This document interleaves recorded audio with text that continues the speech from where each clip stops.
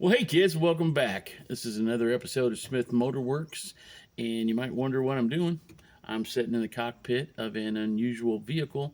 You know how we dare to be different, that I remembered I had and you all had not seen yet.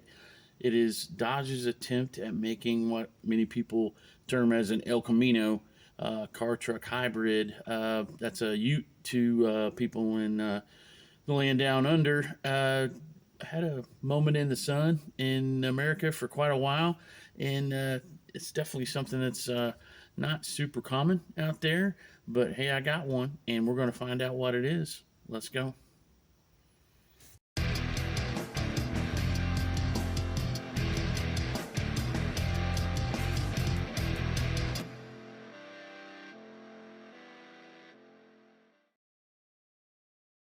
All right, well, here we go again. I apologize. This is definitely tight quarters in here, but I needed to move this, and I thought, this is if this isn't Dare to Be Different, I don't know what is. And I thought you guys might like to check it out because it's a pretty unusual vehicle for sure, and that's why we have it here. What is it? All right, it's a 1982 Dodge Rampage. Well, what does that mean to anybody? Um, Dodge never really made their own version of the Ford Ranchero or the Chevy El Camino, which pretty much Chevy gets the credit for that, which they were in second place basically. Ford came out with the Ranchero in '57, and the El Camino came out in '59. So they were kind of the innovator of that, but it really wasn't a new idea. A car-based truck was something that the first trucks were. Henry Ford didn't really make trucks, and people were building truck bodies for Model Ts, and then that became an industry for him and others. And it just kind of sprouted out of that, and then trucks kind of went their own distance or went their own direction to where they got to be kind of a piece of equipment more than a passenger vehicle. And I think by the middle of last century, people started thinking, well, maybe a truck with car qualities is all that people need for like a delivery vehicle or weekend warrior kind of thing. I want a truck, but I don't need a crash box big monster engine in it. And so they came up with the Ranchero and the El Camino. Well, okay, so how do we get to this Dodge? Well, basically, Chrysler was on its ear in this era. This is right before or during the Lee Iacocca kind of savior moment, to where they were going under. If they didn't get influx of cash, they were done, and they did. And he basically kind of boiled it all down to what platforms do we got, and let's maximize the use of what we have. And a lot of people think this is like a K car, and it's not. It's actually the L platform, I believe, and that's the Omni Horizon, which was kind of a world car for Mother Mopar. And they stretched the wheelbase and put a bed on it, and pretty much took from the door forward and reused the sheet metal off the Omni in this case, a lot like my Studebaker Champ that is also on the channel, to where they took the Studebaker Lark, which is also a derivative, and made a truck out of it. So kind of see down the left side of it here a little bit. The idea was great. They're able to produce a different vehicle that nose is straight off of the Omni hood fenders, and it should have worked out, but two things happened at the time. One is, the early 80s were kind of bouncing back from some financial crises. And two, trucks were getting a lot more car-like. So there really wasn't a need for El Caminos and Rancheros. And, case in point, last Ranchero was 79, and El Camino carried on for a long time. I mean, just because they downsized, and I think the popularity of the name kind of carried it along, and this should have kept it going because it was definitely affordable and very useful truck. Pretty capable truck. It was kind of a Ford Maverick before there was a Maverick.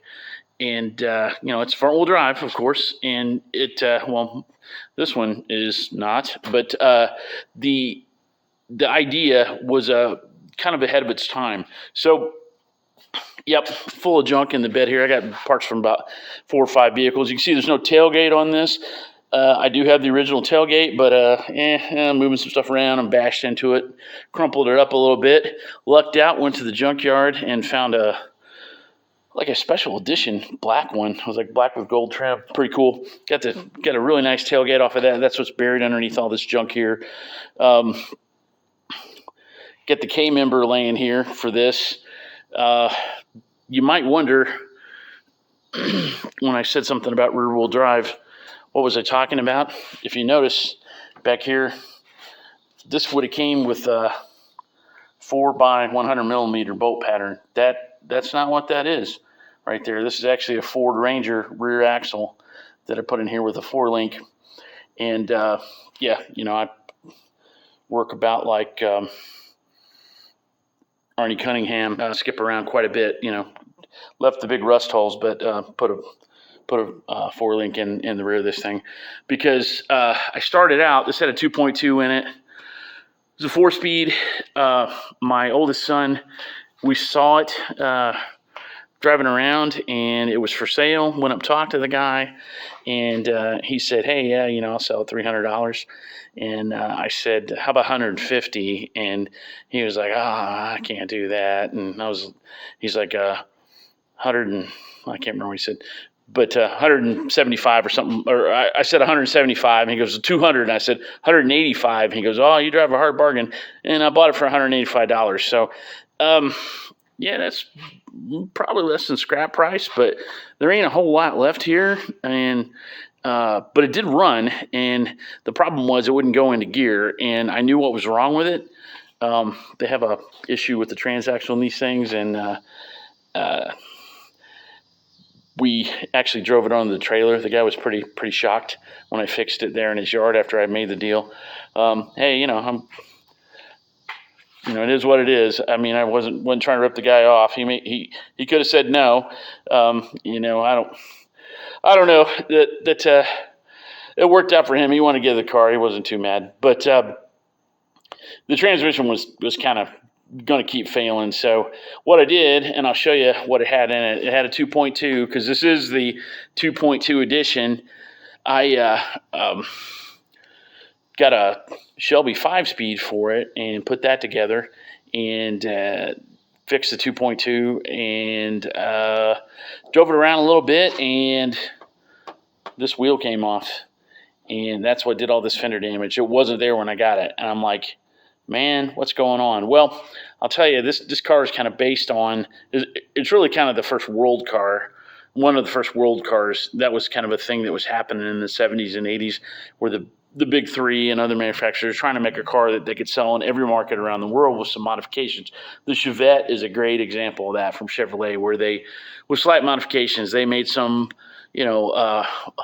Vauxhall, they made a version in Brazil. I don't know, there's probably a half dozen of them that they sold around the world that were based on that T platform. Well, this L platform was based on Simca, I believe, or at least related to it or inspired by it. I don't know. The history of this stuff gets pretty complicated, but regardless, they kind of made this to where from the Omni Horizon they could sell it everywhere, and they basically did just that. So what happened to it? It ran for 3 years, 82, 83, 84. In Dodge version, there was a much less common Plymouth version called a Scamp, which was, I believe, a trim level used on some rear-wheel drive cars earlier. And those are definitely uncommon if you see those. But it was meant to be kind of an economy car, so those wheel bearings would not stand up to any kind of abuse. And it got me thinking, I want to keep this thing. My son kind of decided he didn't really want to mess with it anymore, and I didn't want to get rid of it because it's just too weird, dare to be different. And we turned it into a rear-wheel drive car, at least started. There's no K member in the front of it right now because I pulled that out of there. Still got the drive line and may use it in something else, but back in the day, Mopar Performance had a kit to where you could put a LA, small block Mopar in it, but I think either it was a custom K member or you had to turn it around or something weird, because this is the way this is set up. The engine kind of sets towards the front, and you need kind of a front sump engine. Well, what fits in there? A Ford. So yeah, everybody's going to hate me for that, but I got a small block Ford and a T5 ready to go in this, and already got a Ford rear axle in it. So what do you do for the front? Well, like I said, I got the K member out of it. You saw it laying on the back of the bed here.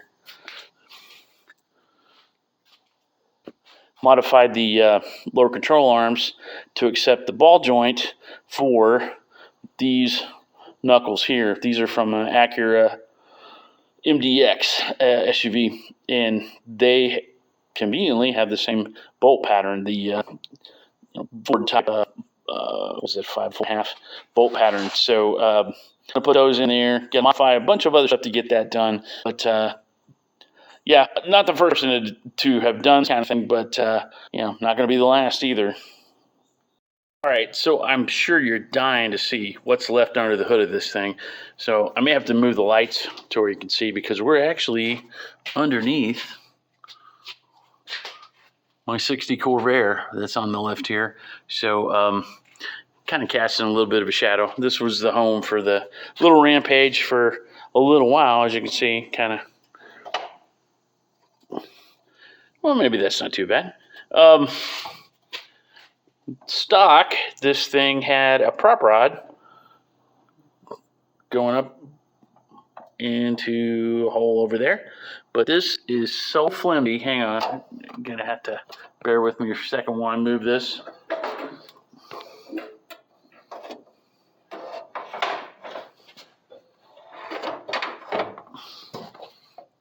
There we go. Got one hooked in there. Look at how much this flexes. This hood is like a beer can or something, and we fixed that. But for the short term, what I did was, being the redneck that I am, I made a I guess that's a left side version out of a barbecue grill grate. Made a little pivot for it down there, and put a screw that will catch on. Again, you have to bear with me for a second here while I do this one-handed. My camera crew took the day off. There you go. So now it'll hold up straight, because I got tired of this thing hanging crooked. It just looked goofy. Yeah, it looks goofy too. And we'll fix the hood. We'll strengthen it up. Hey, it was built to a price.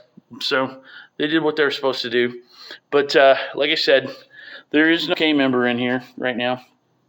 It's completely removed out of there. And there's enough room from that firewall up here to where the radiator is. May have to turn the fan around, but to get a V8 in here, plenty of people have done it. I mean, I saw, which pretty, I don't know if I'd waste one. Well, I don't know if I would choose one to put in one of these, but I've seen pictures of a chopped Rampage with an early Gen 1 Hemi in it.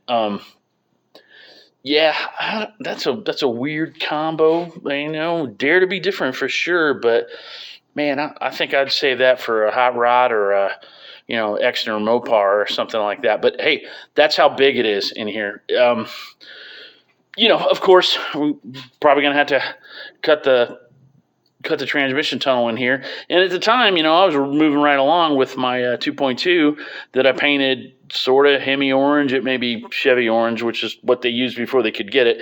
But it's orange, wrinkled black valve cover, It's a turbo valve cover, and I ground the turbo lettering off of it. You guys can check that out if I haven't shown you already. But yeah, that's Plum Crazy Purple that I painted in there. It's kind of beat up because I did this years ago. Because like I said, this was moving around on its own power. Because that was my plan, to paint the whole thing Plum Crazy. Because hey, it's Mopar, why not? But yeah, we can do it. No K member in here. Got a big old cart that I liberated from work. That you can push this thing like a skateboard. Actually, you could take the back wheels off of it and push it around. It's almost like a body dolly. But yeah, it's set up to go, man. So yeah, there's some things you got to trim here and there. Probably move the battery to the back, and some other things like that, just to make it serviceable. But yeah, it's one of those things. It's not a Duesenberg, but it's far gone enough that restoring it is kind of out of the picture. Which is sad, because they're really unusual, and they're worth saving. If you're interested in one of these, and you should be, because they're different and they're fun. It is really comfortable inside if you sit in it. Man, I've seen really, really nice ones for a couple $1,000 or less that just go unsold. Nobody buys them. I think it's because they don't know what it is. Or, yeah, if you're missing a part, that's a problem. You're going to have to fabricate something. But if it's got all the body pieces and trim and the unique Rampage stuff, go get one, and you will be the guy at the car show or the cruise in or the Cars and Coffee where everybody's going, what the heck is that thing? So that's fun, isn't it? Go put gas in it, and somebody comes up and says, hey, I haven't seen one of those in years. Or, what in the world is that? Is that custom? Did you build it? That's why we mess with old cars, right? All right. Let's look inside this thing. Yep, looks like a junk pile, right? I mean, what better place to store the spare parts or the parts for the project car than inside it, right? Especially if it's a truck. So what I wanted to show you was a couple things, kind of funny. But the stripe on the seats is not funny, but it's interesting because it's part of the 2.2 package. It's, as you know, as I mentioned earlier, was a manual transmission car. I made a special bushing to fit, metric to standard, so I could put my Indy Hurst T-handle on there because, hey, that's where I'm from, Indianapolis, racing capital of the world, and why not? Kind of a tongue-in-cheek kind of thing there. And you might notice floor pan's pretty filthy in there. I'll kind of explain that. But it's got some dynamite type stuff in there. Why did I do that? Well, because when I got this, there was no floor pan at all. I mean, it was gone. From rocker to transmission tunnel, completely gone. Ate up the torque boxes, everything. I replaced them with tube steel and plate steel, sheet metal, put all that together, both sides, and then put, the Dynamat, hush mat, whatever you want to call it, type stuff in there, just to kind of use as a sealer on there. Yeah, it's filthy, and you might see some like moldy looking stuff and some rusty looking stuff. Well, guess what? The reason is not because that repair is bad. It's because this thing leaked like a sieve, and it would sit outside for a little while, and I had some parts sitting in here, and they got wet and rusty, and whatever they were, organic or metallic, they either molded or rusted, and I got to scrub that stuff out of there. But it's all still good, and it's rock solid. The door pull on this side, you can see, is kind of an ivory color. That's out of that truck that I got the tailgate from. The one that was on here was ripped off. The other kind of unusual thing for, I guess kind of an anachronism is, it's got a driver's side mirror only. There's not one on the passenger side.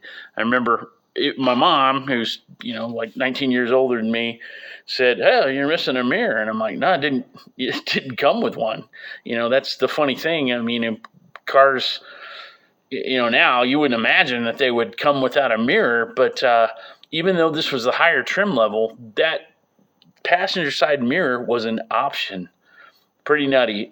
It's got some cool door locks. I don't know if you can see without me flipping the camera upside down.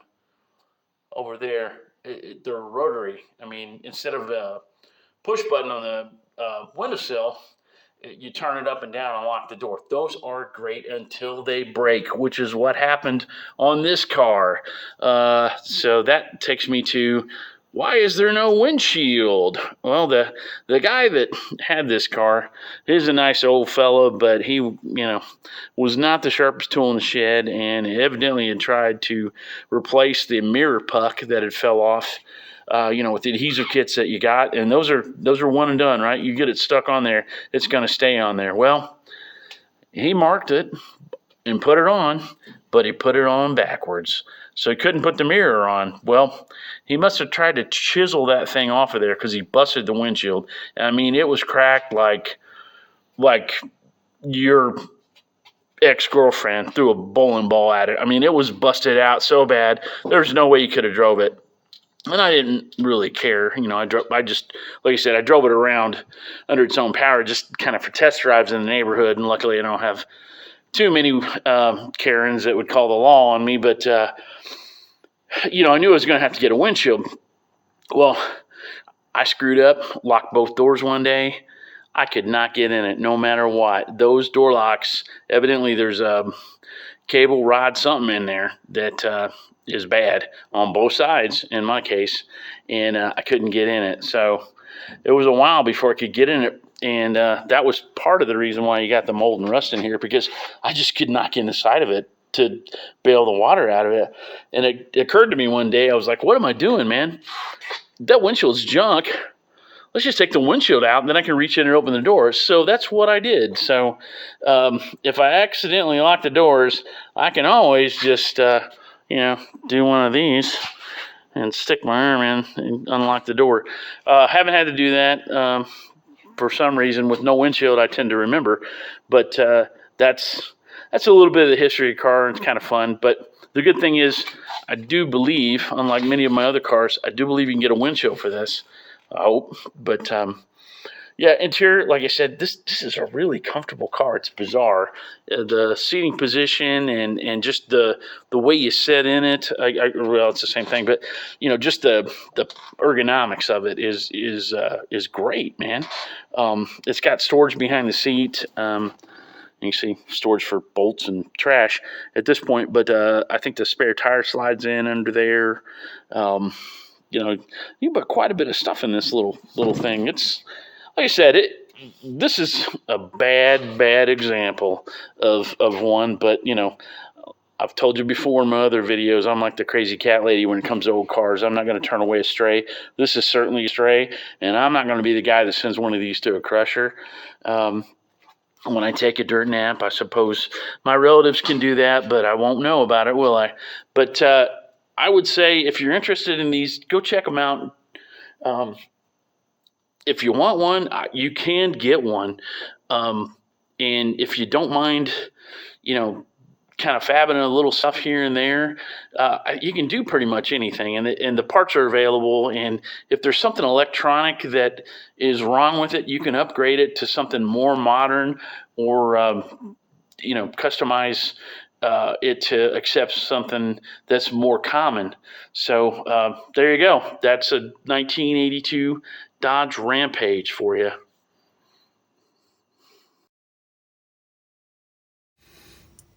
Well, hey, thanks. I'm glad you made it this far. Hopefully you're interested in this little truck here, or car, or whatever you want to call it. It's like I said, you can get one if you want one. I just saw the car version of this for sale in my neck of the woods. A really nice one. I mean, ready to go, $1,000. So, it's one of those things. Rare doesn't always mean expensive or valuable. And the cool thing, like I mentioned earlier, of having a unique car is you get to interact with a lot of people, and you get to, tell your story or learn more about what you have. And that's that's just the fun part of having an old car, I suppose. At least it is for me. So anyway, I sure appreciate you watching, and definitely I would like it if you do that homework that we always have, like, subscribe, share, do those three things, comment whether you love it or hate it. It's all good. I definitely reply to them, and if you got any questions, I'd be glad to help you answer. There's groups out there for these little vehicles.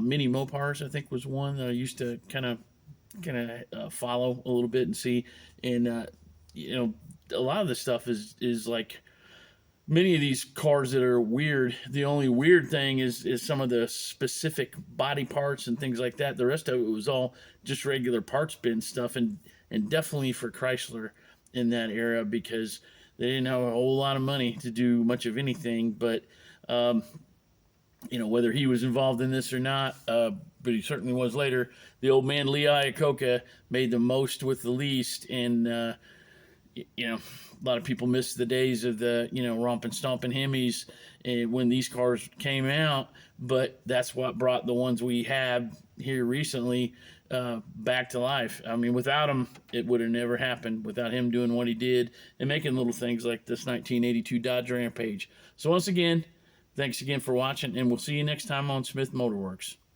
Later.